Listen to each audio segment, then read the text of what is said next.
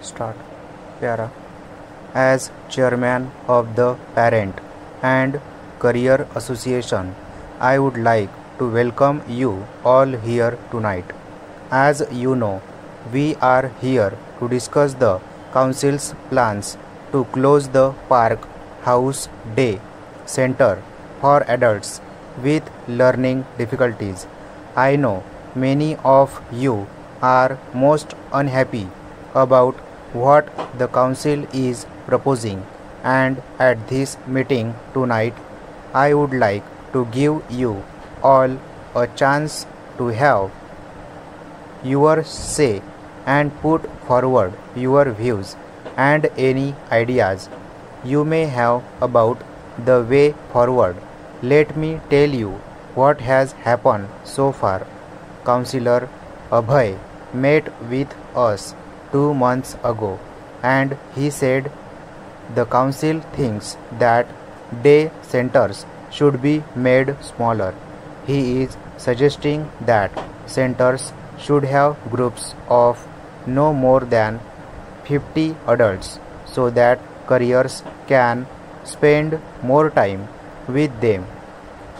Smaller groups would enable careers to look after them better, and they would also be able to do more things with them, such as taking them on day trips and outings.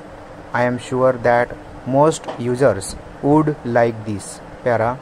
At the moment, Park House Day Center looks after 80 adults, and if the council goes ahead with its plan, this will mean it will have to close.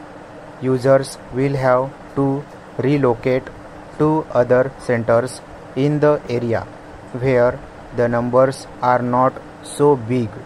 There are several centers that we would use, but some are quite a long distance from here. That in itself can be very worrying for careers and parents, and I know it can take users a long time to get used to new surroundings.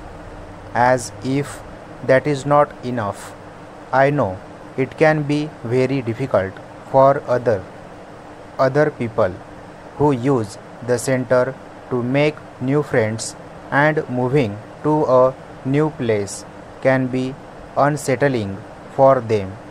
We must put their welfare first, and my view in this council wants better service. Para. Ladies and gentlemen, I have pleasure in welcoming you all to the 6th annual general meeting of the company.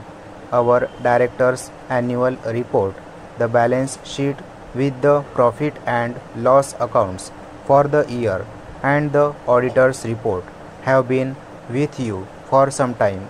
You would have seen from the report that our company had a satisfactory year of working.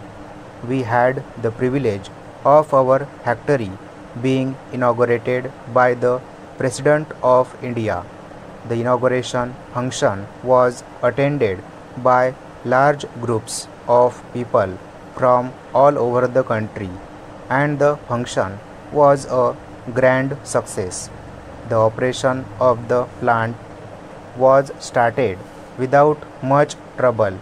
The factory achieved its capacity of production this year as estimated, and would have continued this achievement but for the imposition of the power cut in the very first year of operation.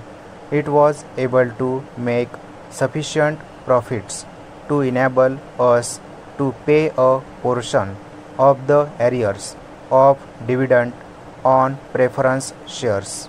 Para. The products of our company have been well received, and they are moving fast in the market without leaving any stock at the factory.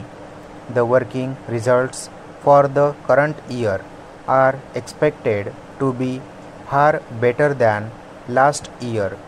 The power position has been causing us considerable anxiety. Any major power cut will cause very severe damage to the plant.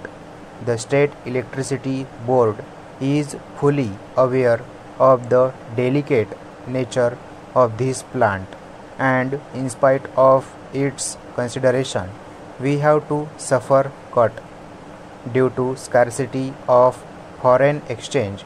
We experienced difficulties in obtaining raw materials and spare parts for running the plant. A major part of our requirements of spare parts is now being locally manufactured.